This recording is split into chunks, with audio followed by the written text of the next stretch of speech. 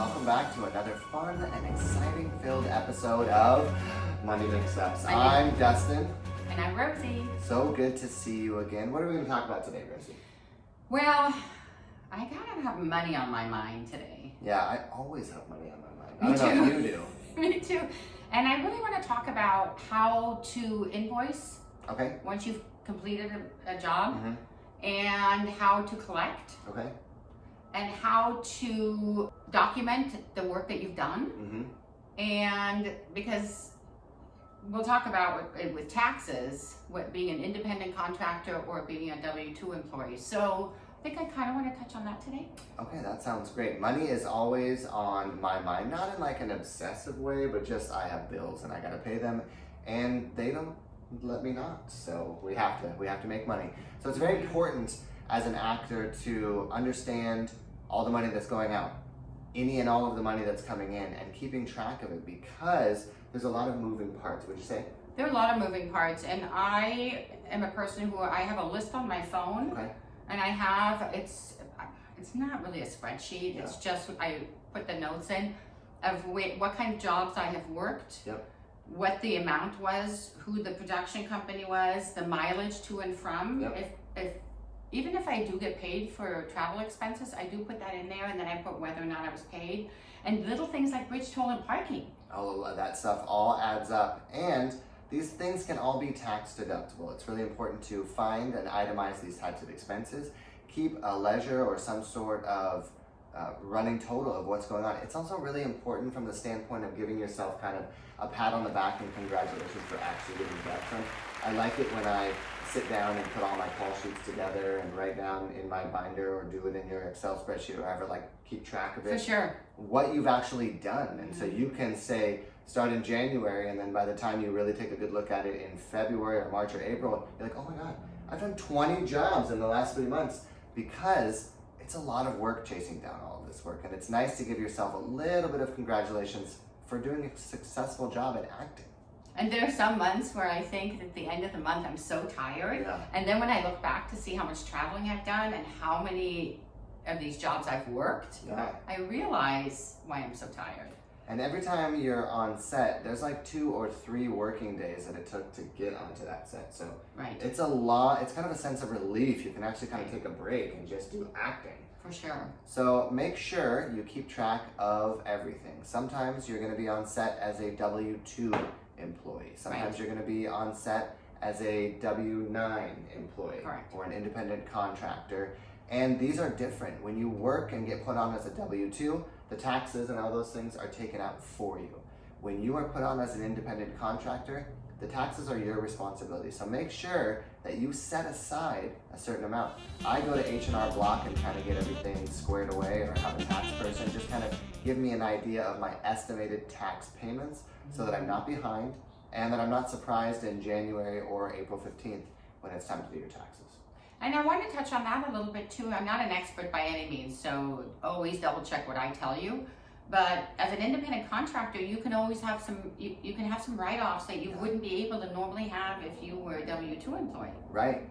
It's very important to be able to take these deductions, write them down, keep proof of payment of everything. Your receipts, your bridge tolls, your gas, all of these types of things. So at the end of the year, you can put it all together and hopefully receive, a refund as opposed to have to pay.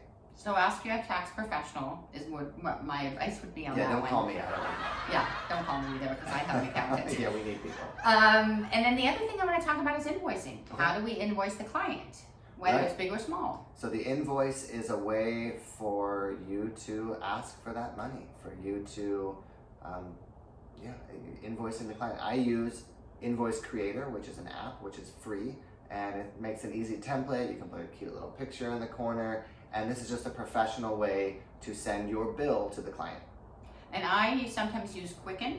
Okay. And that's on my own system. Quicken does a invoice? Yeah. Oh, that's nice. I didn't know that. They do an invoice, and I send that, and so that at the end of the year, with the several businesses that I do have, I could see how much I've invoiced from one business to the other, and I can just print that right out. So I use that, and then I use another app, a couple different apps that you can use that the client can pay via credit card. Okay. They can pay. So like bill.com? It's kind of like that, exactly. Okay. Clients, they like to use some of those other quick ones with Venmo, PayPal, and Zelle, and that's very quick and instantaneous payment. Love that. I love a instantaneous payment. Me too. Anyhow, create the invoice, get the payment, and then some of the bigger companies that W-2, some of the film companies, they track it themselves so you don't have to invoice. Right. So when you get on set, they take your name, you've already signed off an NDA, and then non-disclosure agreement, and then yeah, they take care of it for you. So it's a little bit different. Yeah, can't talk about it if it's a non-disclosure agreement, so. You would say that. Yeah, it's just very important to keep your documents. Keep as much records as possible, not only for your own information, but you know, in case you get, in the rare event that you might get audited. So it's very important to be very transparent and know that there are lots of ways to get paid. And sometimes it takes 30 days, 60 days. In rare occasions, 90 days to get paid.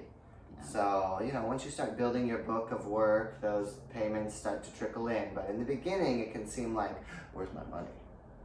Yeah, I currently have a client like that. I'm waiting on it, and it'll come. Yeah. And the other thing, too, I want to touch on is when you do have those invoices and you do have record, every once in a while, it's pretty good to go through there, send a couple emails and say, hey, do you have any projects coming up? Yeah. Because we have to do our self-promotion. Totally. It's very important to communicate. Make sure that everyone knows that you appreciate being on that set. It's very important, just kind of boil it all down. It's important to be a nice person to work with. Right. If you can be on set and someone says, oh my gosh, they were such a nice person to work with, you're doing yourself a great job. Yeah, because people do remember that. I mean, they remember the other two, but then you won't be asked back. No one wants to work with buttheads.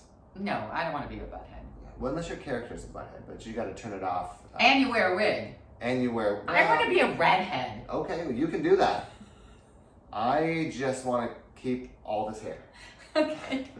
Anyhow, I hope what we've told you today, brought to the table today, was helpful. I mean, it helped me. It always helps me. I didn't know that Quicken did invoicing. Quicken does invoicing. Cool. It's pretty cool. Yeah. Well, nice. So don't forget to like, subscribe, ring the bell, and follow us for more. And send an email if you have questions or whatever. However, we have an email address on there. Anyway. Yeah, or if you just think really hard, we might be able to hear you. I don't think that works like that. Well, let's test it out. Thank you. Have a good week. Take care.